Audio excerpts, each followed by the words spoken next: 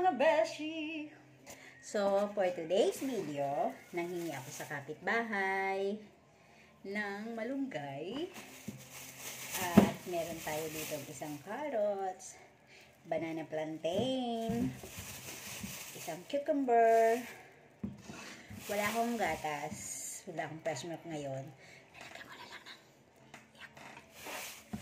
Yakult. So, i-shake ko siya. Super food po ito. So, first, himayin natin yung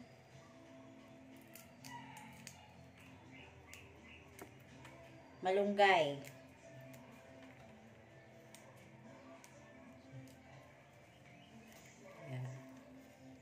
Pag talaga nagkakaedad na, medyo ingat-ingat sa pagkain. Minsan, mas masarap naman talaga yung mga ganito. Hindi lang para sa akin to. Para din sa nanay ko. So,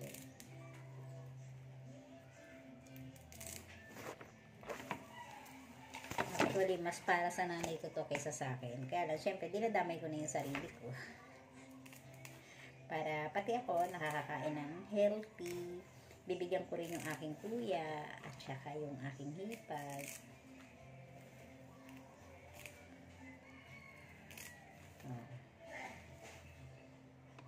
Next, balatan po natin to.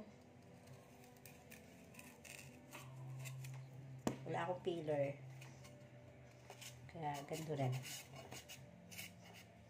Ingat-ingat lang sa paggamit ng kutsilyo pag di sanay. Next is yung cucumber. Putulin mo lang yung dulo-dulo. Actually, pwede nang hindi ito, balatan, hugasan na lang. Pero mas prepare ko po ang hugasan. So, balatan na rin. Tapos, tsaka hugasan. Para sigurado po malinis. Diba ang kapal ng balat? Next, sinugasan na po natin ang ating blender. Tapos, eto, i-chop lang natin siya ng maliliit. Para hindi siya mahirapan yung blender. Ayun, na-chop na natin siya. Pinagalo-halo ko na. Next, ilagay na natin siya dito. Sama-sama. Pati yung malunggay. At, syempre, ang banana. Babalatan lang naman natin to na medyo hilaw-hilaw pa ng onte.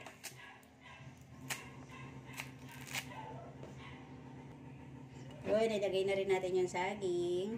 So, ready na siya. Saging lang natin. Next is, lagay natin yung, since wala tayong gatas. Takpan na po natin.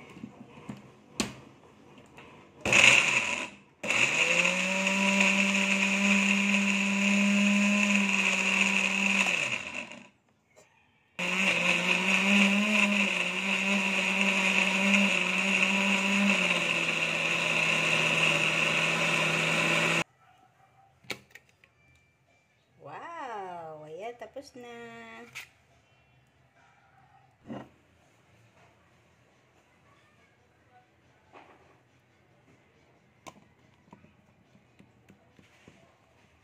Sali na lang natin siya. So, ready na ang ating superfood. Inumin na mga besh. Bye! Thank you for watching.